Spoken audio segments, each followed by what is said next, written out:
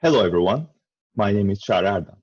Very nice to be meeting you all in this very first virtual delivery of the NIME conference. Today, I will be presenting you our ongoing explorations with a new muscle-based air instrument. Over the last decades, we have seen a growing number of artists and researchers using the human body as part of their musical instrument. This could become possible by accessible technologies that capture body movements through motion tracking, as well as measuring covered physiological processes through biological sensors. As opposed to most traditional instruments, these NIMEs are often touchless, allowing a sonic interaction in the air without being restricted to any physical object. In this context, in addition to interactive dance and theatrical performances, there have been astonishing musical works. But what is striking is that the majority of them have focused on either a solo performance or a pre-written musical composition. So the departure point of this project was simply how is it possible to create an air instrument that can effectively be used in the context of group improvisation. So to this aim, perhaps we can try to briefly describe the collective dynamics of an improvisation ensemble. To my knowledge, there is not yet a particular mathematical model for interaction dynamics between improvising musicians. However, we can still think metaphorically and rely on how dynamical systems work at a conceptual level. Imagine a double pendulum, for instance.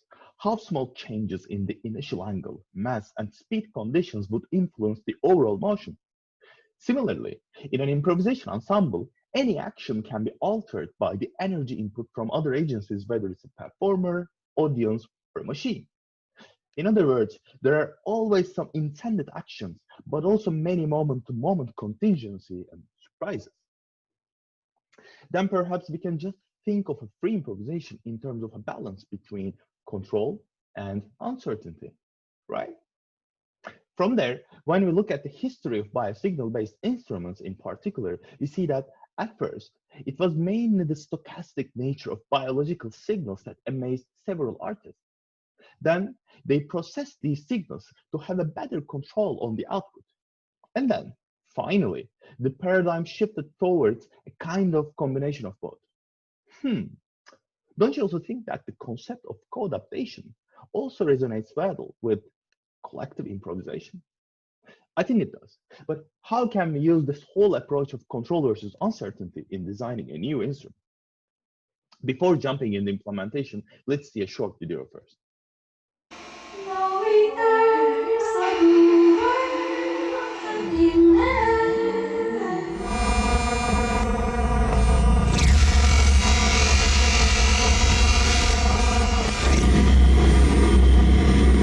Yesterday's memory.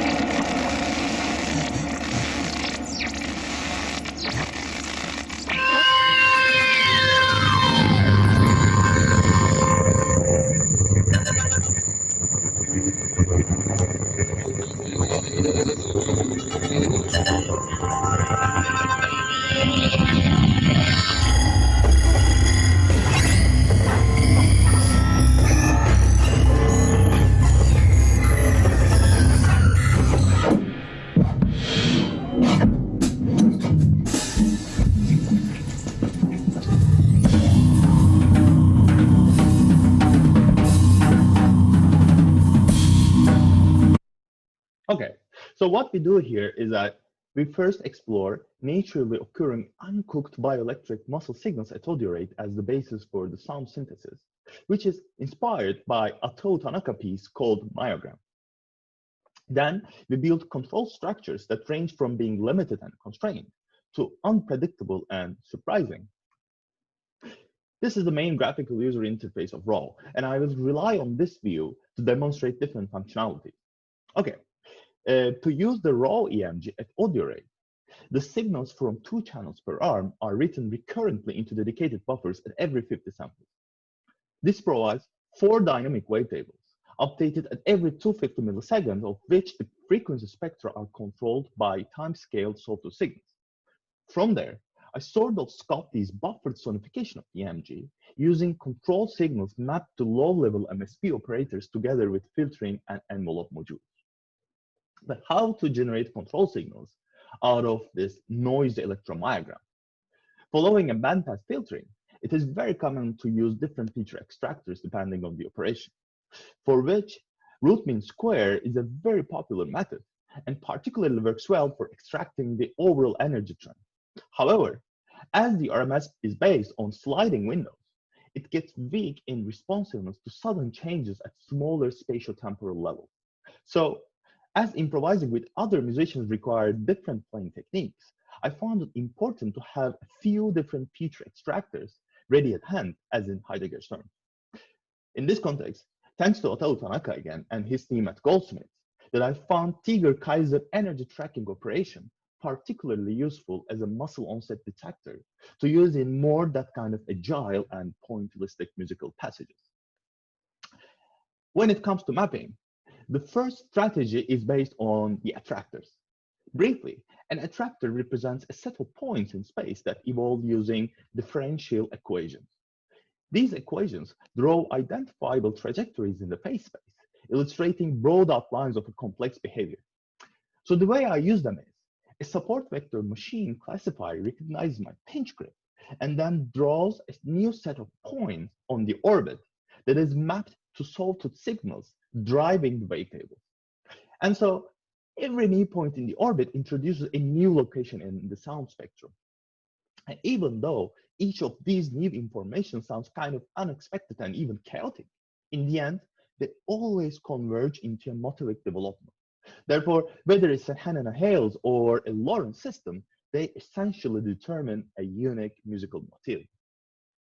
The second mapping strategy can be described as a machine learning-based gamification. Here, two artificial neural networks trained prior to every performance map each 8-channel EMG from each arm to a point on a 2D plane.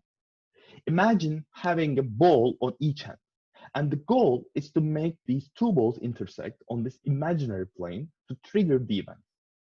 But the trick is, the trained trajectory of each ball is highly nonlinear, and even though you have a clear measure of the plane, to intersect the balls just by muscle tension can be quite challenging, but also playful and surprising. Finally, via the aux module, during the improvisation, I can envelope bellow, beat track, and live process any incoming signal from another ensemble member. Okay, using this system, I performed in 4 concerts with different ensembles. The first one was with a live coder and a singer with live electronics. The second one was a quintet with a live coder, live processed voice, and a shared electric guitar and laptop.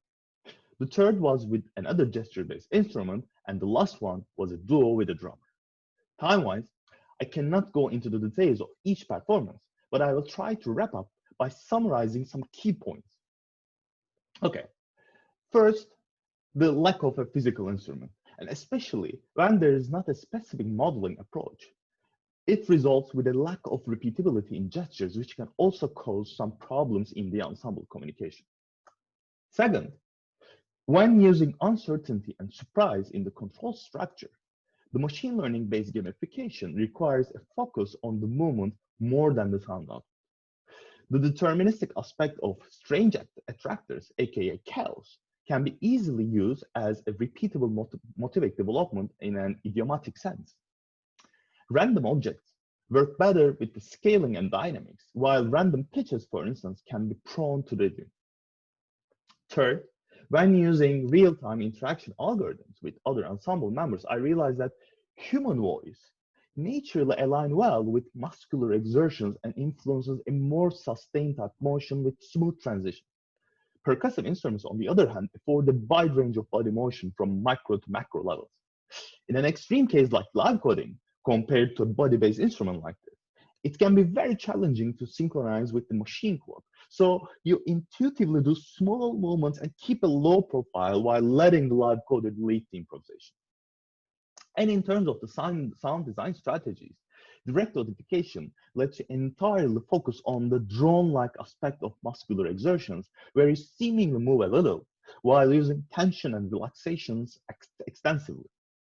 Live sampling, or the so-called sound sculpting, on the other hand, influences a more of the square-shaped and kind of pointillistic body motion.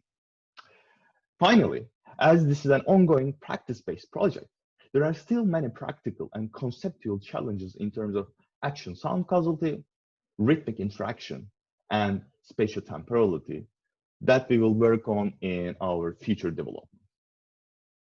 So that was it for now. Thank you for your attention.